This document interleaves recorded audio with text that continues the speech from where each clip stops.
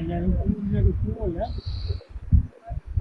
இந்த தமிழராட்சி மகாநாடு தொடர்பாக இந்த 5 நாளிலே காவு கொள்ளப்பட்ட அப்பாவி பொதுமக்களை நினைவு அஞ்சலி செய்கின்ற ஒரு நிகழ்வு தொடர்ச்சியாக நடந்து வருகிறது.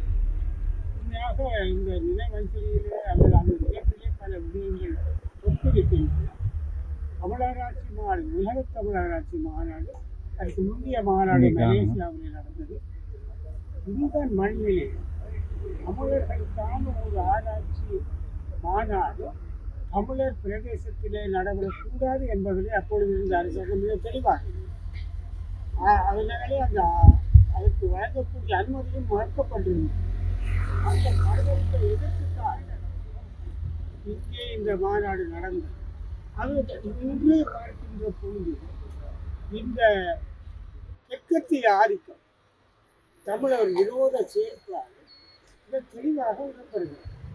அதில் நாங்கள் எங்களுடைய மக்கள் அதுக்குரிய சுதாகர் திசை மாறி வந்து ஒரு சூழ்நிலையை நாங்கள் இருக்கிறோம்.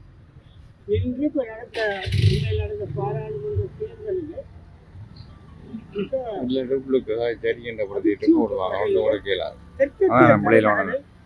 தெற்கத்திய தலைநகருக்கான பிரதிநிதிகளை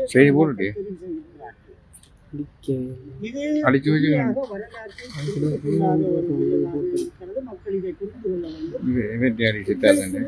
கருத்து வேறுபாடுகள் எவ்வாறு இருந்தாலும் சரி, தலைமைத்துவம் எங்களுடைய மக்களுடைய பிரதித்துவம் எங்களுடைய தலைமைக்கு உட்பட்டதாக இருக்கக்கூடிய தவிர தெற்கத்திய தலைமைக்கு உட்பட்டதாக இருப்பது மிக மோசமான என்பதற்காக போராடிய இந்த தமிழ் ஆராய்ச்சியை மாநாட்டை நடாத்தியவர்களே அரசாங்கத்தை எதிர்த்துத்தான் போராடி இந்த மண்ணிலே மாநாட்டை நடாத்தினார்கள். அதற்காக எங்க ஆயுதத்தை உண்மையாக இந்த 74ஆம் ஆண்டு ஜனவரி 10ஆம் தேதி நடந்த நிகழ்வுதான் எங்களுடைய தற்காப்பு போராட்டத்துக்கு வித்திட்டங்கள். தற்காப்பு போராட்டம் நாங்கள் தொடர்ந்து 30 வருடம் நடைபெற்ற தற்காப்பு போராட்டத்துக்கு வித்திட்டது இந்த நிகழ்வுதான். இதற்கு பின்னாலே தான் ஆயுத போராட்டங்கள் பரிணமித்தன. ஆகவே அது எல்லாவற்றையும் நம்முடைய மக்கள் கவனத்தில் கொள்ள வேண்டும், நினைவில் கொள்ள வேண்டும். ஆகவே இனிமேலும் தெற்கத்திய தலைமைக்கு பின்னாலே போகாமல் தமிழ் தலைமைகள் எதுவாக ஒற்றுமையாக தமிழ் தலைமைகளுக்கு பின்னாலே அவர்களை ஆதரிக்க வேண்டும். அவர்களுக்கு வாக்களித்தவர்கள் முதல் பரிசீலனை செய்தார். இனிமேல் இது வருகின்ற தேர்தல்கள், உள்ளாட்சி தேர்தல்கள் வருகின்றன. தமிழ் தேசிய கோவில் பலமாக நிற்கின்ற நிலைக்கு மக்கள் உள்ஆய்வு செய்ய வேண்டும். பாதகமான அச்சுறுத்தலுக்கு மத்தியிலே நாங்கள் வாழ்ந்திருக்கிறோம். எங்களுடைய போராளிகள் இவர்களை போன்ற இந்த 11 பேரும் போராளிகள் அல்ல, அவர்கள் வெறும் பொதுமக்கள். ஆகவே அப்படியான பல கொலைகள் நடந்திருக்கின்றன. இவை நினைவு கூர்ந்து ஒரு மாற்று சிந்தனையை நூலாய்வு செய்ய வேண்டிய சூழ்நிலை மக்களை கவனித்துக் கொள்ள வேண்டும் என்று இந்த சந்தர்ப்பத்தில் எங்களுடைய இந்த நிகழ்விலே அஞ்சலி செலுத்துகின்ற அத்தனை ஆத்மாக்கள் அமைதி பெற வேண்டும் என்று பிரார்த்திக்கிறேன். நிறைவேறுவதற்காக நாங்கள் என்றும் நீடித்து நிலைத்து உழைப்போம் என்ற உறுதியோடு இந்த நிறைவு கொண்டு இந்த ஆத்மாக்களுக்காக எங்களுடைய இறைவனிடம் அவர்களுக்காக மன்னிப்பு இருக்கின்றோம். இறைவா, உமக்கு புகழ். நித்திய இழப்பாற்றி அவர்களுக்கு அளித்தருளும் ஆண்டவரே, முடிவில்லாத ஒளி அவர்களுடைய சமாதானத்தில் இழப்பார்களாக. இதே நாளிலே கொல்லப்பட்ட எங்களுடைய உறவுகளுக்காக இன்று ஒன்று கூடி நாங்கள் அஞ்சலி செலுத்துகின்றோம். இதனுடைய திட்டம் என்னென்று சொன்னால், என்னுடைய அடுத்த தலைமுறை இந்த மண்ணிலே பலவிதமான துன்ப துயரங்கள் நடைபெற்றதை உணராதவர்களாக இருக்கின்றார்கள். அந்த தலைமுறைக்கு இது என்னுடைய ஒரு தமிழராட்சி மாநாட்டிலே நடந்த ஒரு துயரம். இன்றைக்கு 51வது ஆண்டிலே நாங்கள் நினைவு கூறுகின்றோம். இன்றைக்கு 7-8 தசாப்தங்களாக இதே இனம் தன்னுடைய உரிமைக்காக பல்வேறு விதமான போராட்டங்களை முன்னெடுத்து பல்வேறு விதமான விலைகளை கொடுத்து உயிர் தியாகங்கள், உடைமை மற்றும் பல்வேறு விதமான முன்னெடுப்புகளை செய்து இன்று தங்களுடைய இலட்சியங்களை அடைய முடியாத ஒரு துப்பாக்கியமான ஒரு சூழலிலே இந்த இனம் காணப்படுகிறது. ஆகவே இந்த இனம் மிக விரைவாக விடுதலை அடைய வேண்டும். எங்களுடைய மக்கள் தங்களுடைய மண்ணிலே கௌரவமாக வாழ வேண்டும் என்ற உயரிய எண்ணத்திலே பலவிதமான உயிர்களை நாங்கள் விதைத்திருக்கின்றோம். ஆகவே இவர்களுடைய தியாகத்தோடு சேர்ந்து இங்கே இந்த மண்ணிலே புதையுண்ட அத்தனை வீரர்களுடைய எண்ணங்களும் நனவாகும் வரை இந்த இன விடுதலை பயணம் உணர்வுபூர்வமாக முன்னெடுக்கப்பட்டு அடுத்த தலைமுறைக்கு இது நடத்தப்படும் என்பதை இந்த இடத்திலே நாங்கள் உறுதியாக கூறுகின்றோம். இவர்களுடைய ஆன்மா நித்திய இழைப்பாற்றிய பெறுவதாக.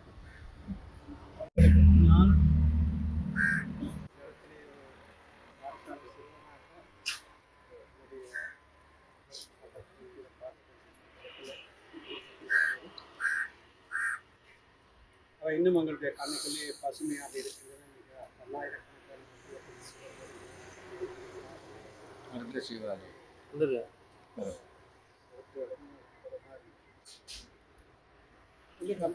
வருஷம் போனாலும் கூட வந்த செய்திகளை போட்டு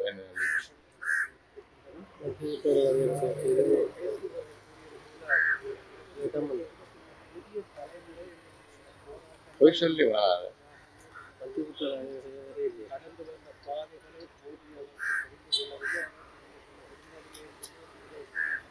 கொஞ்சம்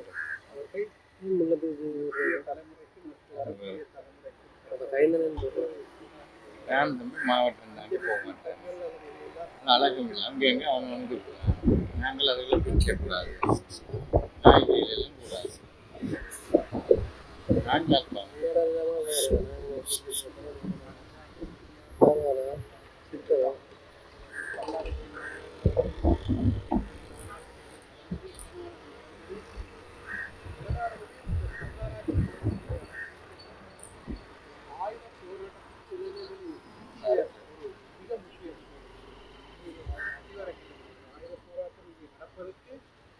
ஒரு அத்திவாரக்கல்ல மாதிரி நடந்த விஷயம்.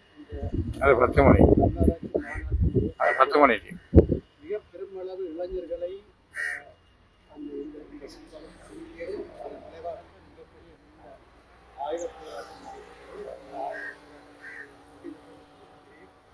ஆகவே இன்றைக்கு 51 ஆண்டுகள் 55 ஆண்டுகள் கழித்து தொடர்ந்து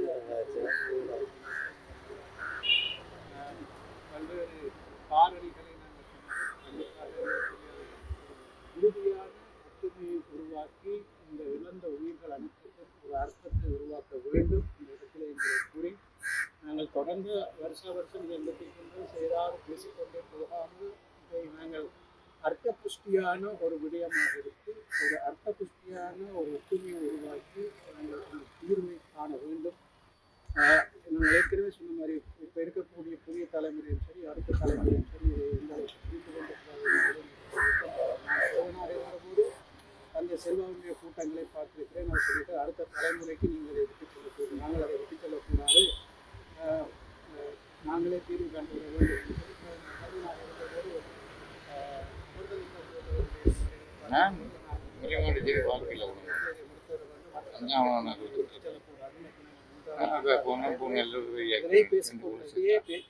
பேசுகின்ற ஒரு சூழ்நிலை